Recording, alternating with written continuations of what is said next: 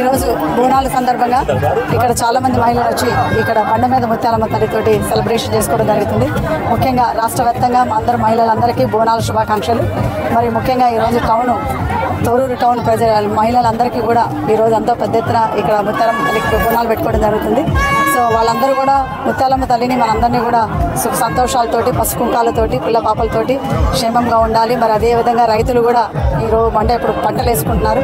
అందరికీ రైతులు కూడా పంటలన్నీ మంచిగా పండి అంత సంతోషంగా ఉండాలని ఆ ముత్యాలమ్మ తల్లి మన అందరినీ రాష్ట్ర వ్యాప్తంగానే కాకుండా మా పాలకుర్తి ప్రజలందరినీ క్షేమంగా ఉంచమని కోరుకున్నాం. Thank you.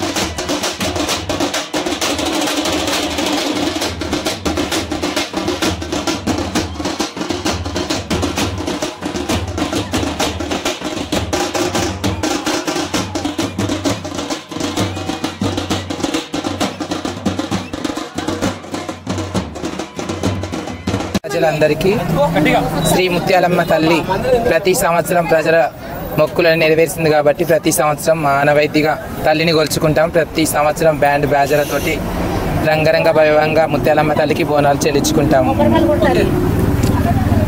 ఈ తెలంగాణలో ముత్యాలమ్మ పండుగ మేము ఫేవర్ చేయలేదు. ఇక్కడ మేము ఉండి 6 సంవత్సరాల నుంచి ఇండియా ఉంటున్నాం కాబట్టి అమ్మవారికి ప్రతి సంవత్సరం బోనాలు చేస్తాం. వీటితోని బ్యాండ్లతో బోనాలు చేస్తాం కాబట్టి మేము బోనాలు చేస్తాము.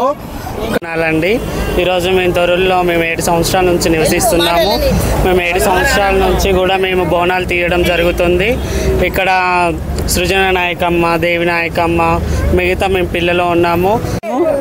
ప్రతి సంవత్సరము మా అత్తయ్య గారు ఇక్కడ బోనాలు తీయడం జరుగుతుంది.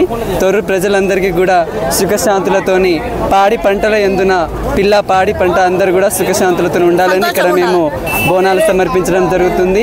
చాలా సంతోషంగా అందరూ మాకు మంచిగా సహకరించారు.